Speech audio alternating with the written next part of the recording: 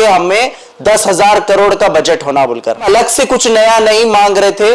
जो minority budget के लिए जो सिद्धरामैया ने अपने स्पीचेस में कहा था, जो कांग्रेस सरकार ने अपने मैनिफेस्टो में कहा था, वही चीज हम उनसे सवाल पूछ रहे हैं, लेकिन उसके ऊपर टोटली काम नहीं हो रहा है। ये गलत हुआ है जो इस बजट के अंदर जो माइनॉरिटीज के एमएलएज है, 9 एमएलएज जो है, ये लोग क्या कर रहे हैं। तो बहुत सारे ऐसे बच्चे अभी तक उनको स्कॉलरशिप्स नहीं है। क्या कर रही है मोहतरमा कनीज फातिमा जी, क्या कर रहे हैं बीजेड जमीर अहमद खान साहब। ये गवर्नमेंट टोटली फेलियर है। सिर्फ इनको मुसलमानों के वोट होना, माइनॉरिटीज के वोट होना, उसके अलावा मुसलमानों का कुछ नहीं होना। ये जिन 9 एमएलएस को हम जिताकर भेजे हैं, ये कोई काम के नहीं है। ये सिर्फ मीटिंग टू मीटिंग और प्रोग्राम्स में आकर खाली कुर्ता पैजामा टोपी डालकर लोगों को बेवकूफ बनाने के अलावा दूसरा कुछ नहीं आता है इन लोगों को। कांग्रेस सरकार, कर्नाटका की सरकार, चीफ मिनिस्टर सिद्धरामैया जी ने जो बजट पेश किया है इस साल का असेंबली के अंदर, ये बहुत ही अफसोसनाक है कि लगातार मुस्लिम लीडर्स के तरफ से, माइनॉरिटीज के तरफ से, मुस्लिम जितने भी जो अलग अलग लोग हैं उनके तरफ से बारहा एक अपील और एक मेमोरेंडम और एक मीटिंग के ऊपर मीटिंग होने के बावजूद भी हाल ही में मुख्यमंत्री ने तमाम एमएलएस को, जो माइनॉरिटी एमएलएस हैं, उनके साथ मीटिंग करने के बाद, उलमा इकराम के पास मीटिंग करने के बाद फिर एक बार धोखा दिया है कांग्रेस सरकार ने। कर्नाटका के अंदर खासकर माइनॉरिटी बजट में सिर्फ 3,500 के करीब, यहां 3,500 करोड़ के करीब बजट रखा गया है, जबकि लगातार हम लोग प्रोटेस्ट कर रहे हैं, एसडीपीआई के जानिब से एहतजाज भी किए हैं। यहां तक के जब बेलगावी के सेशन में तक हम मेमोरेंडम पेश किए हैं, पूरे कर्नाटका भर में हम लोगों ने यात्रा करके लोग ये रिप्रेजेंटेशन किया, तमाम एमएलएस को मुलाकात करके रिप्रेजेंटेशन किया कि हमें 10,000 करोड़ का बजट होना बोलकर। हम अलग से कुछ नया नहीं मांग रहे थे। जो माइनॉरिटी बजट के लिए जो सिद्धरामैया ने अपने स्पीचेस में कहा था, जो कांग्रेस सरकार ने अपने मैनिफेस्टो में कहा था, वही चीज हम उनसे सवाल पूछ रहे हैं, लेकिन उसके ऊपर टोटली काम नहीं हो रहा है। ये गलत हुआ है जो इस बजट के अंदर।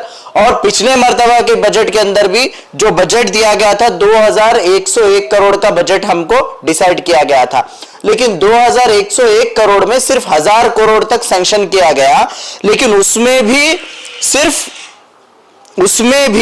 सिर्फ 432 करोड़ यानी 432 करोड़ खर्चा किए गए पिछले साल भी।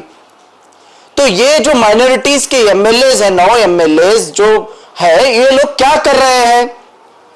ये लोग टोटली इसके ऊपर काम ही नहीं किए, इसका फंड का यूटिलाइजेशन ही नहीं हुआ।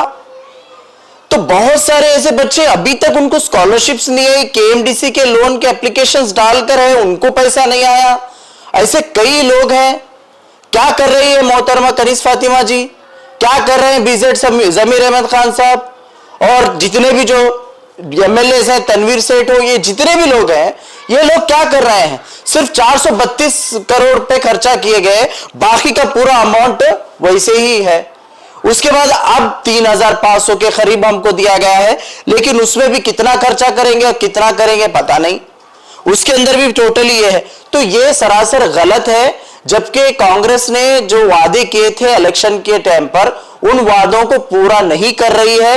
ये गवर्नमेंट टोटली फेलियर है। सिर्फ इनको मुसलमानों के वोट होना, माइनॉरिटीज के वोट होना, उसके अलावा मुसलमानों का कुछ नहीं होना।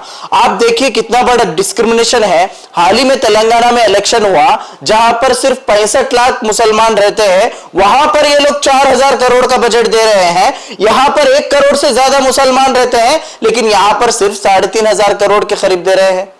तो हमें और आपको सोचने की जरूरत है कि ये हम जब तक, अगर आज देखिए तेलंगाना में 4,000 करोड़ देने की वजह यह है क्योंकि वहां पर अल्टरनेट है मुसलमानों के पास, उसीलिए वहां पर 4,000 करोड़ का बजट दिया जा रहा है। कर्नाटका में अल्टरनेट आपके पास एसडीपीआई मौजूद है। अगर इस बार एसडीपीआई को अगर 4 एमएलए आते तो ये 3,500 करोड़ नहीं, हम आपको ये कर सकते थे कि 10,000 करोड़ का बजट हम लाने का प्लान करा सकते थे और कांग्रेस को खमा सकते थे। तो यही बोलना चाहता हूं, लैक ऑफ पॉलिटिकल रिप्रेजेंटेशन की वजह से ये तमाम चीजें हो रही है। ये जिन 9 एमएलए को हम जिताकर भेजे हैं, ये कोई काम के नहीं है, ये सिर्फ मीटिंग टू मीटिंग और प्रोग्राम्स में आकर खाली कुर्ता पैजामा टोपी डालकर लोगों को बेवकूफ बनाने के अलावा दूसरा कुछ नहीं आता है इन लोगों को।